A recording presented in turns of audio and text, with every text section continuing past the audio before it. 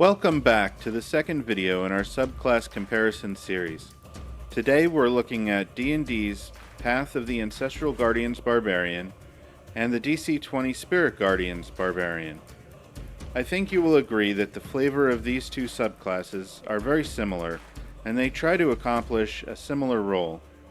They both interact with the spirits of their ancestors and call on those spirits to aid them and their allies in battle. Let's start this week with the D&D Path of the Ancestral Guardians. Ancestral Protectors. Starting when you choose this path at 3rd level, spectral warriors appear when you enter your rage. While you're raging, the first creature you hit with an attack on your turn becomes the target of your warriors, which hinders its attacks. Until the start of your next turn, that target has disadvantage on any attack roll that isn't against you, and when the target hits a creature other than you with an attack, that creature has resistance to the damage dealt by the attack. The effect on the target ends early if your rage ends. If this ability sounds familiar to our DC20 audience, it should. Let's look at two ways that any martial in DC20 can achieve what D&D players call a taunt.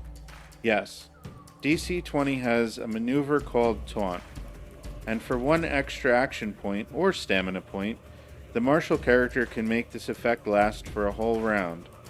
This is missing the halving of damage from the D&D subclass, but don't worry, DC20 has you covered. As a technique, which is also available to all martials in DC20, you have Heroic Taunt, with the enhancement Legendary Taunt. As a baseline, Heroic Taunt taunts every enemy near you. Adding Legendary Taunt will cause the level 3 feature of the D&D subclass, except it's for every enemy within 5 spaces, and this is available to all martials in DC20. So, if any martial in DC20 can do what the Path of the Ancestral Guardians does, what will the Spirit Guardian Barbarian get in DC20? That's a good question. Ancestral Guardian. Bestowed Protection. You learn one of the following maneuvers: parry, protect, or raise shield. If you already know all three, then you can learn any maneuver of your choice instead. This allows our Spirits Barbarian to have access to the maneuver that they'll need for their next feature, which is Spiritual Aura. While raging, you gain Mystical Resistance 1 and a 5-space aura that grants the following benefits. You can use the shove action on any creature within your aura. When you do, the creature is pushed horizontally in a direction of your choice.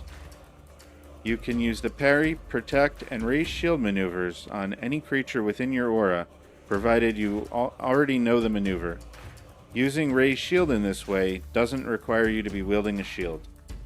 As we have seen, the D&D Ancestral Guardians falls flat in comparison to the DC20 Spirit Guardian. Let's look over this chart to summarize. As a passive effect, DC20 gives you Mystic Resistance 1 to add to the flavor of your ancestors protecting you from radiant, umbral, and psychic damage. D&D has no passive effects at level 3. At level 14, they finally get a passive ability that works off their level 6 feature. The defensive capabilities of these subclasses are handled very differently. D&D allows the effect of Legendary Taunt, but to only the first creature you hit with an attack. As stated, DC20 gives this to all of its martials if they want it.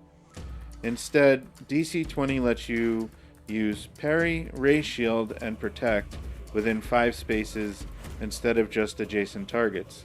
The flavor is that your ancestors perform these defensive maneuvers to protect your allies. This ability makes your ancestors feel like an active part of the battle instead of just being a passive taunt. As if that wasn't enough, you can also shove creatures within 5 spaces, and you can move them in any direction. Again, your ancestors play an active role in the combat. D&D gives no active abilities comparable with this. And to make sure you can protect your allies, DC20 gives you a bonus maneuver. And then we have to look at the range of the effect. DC20 gives a range of 5 spaces. D&D does not give a range for your spirits, it just says they appear.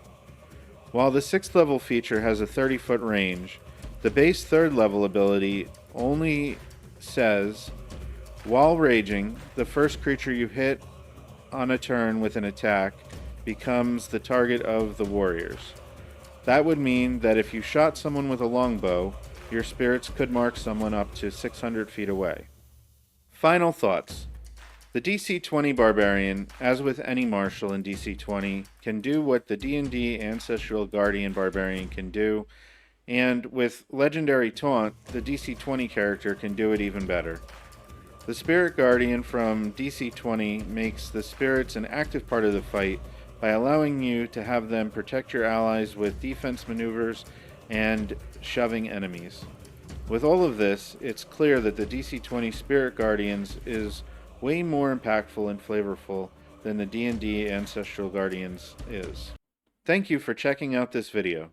If you would like to play in one of our games, there's a link to our games on Start Playing in the description. Please consider liking, subscribing, and hit the notification bell so you know when we upload new content.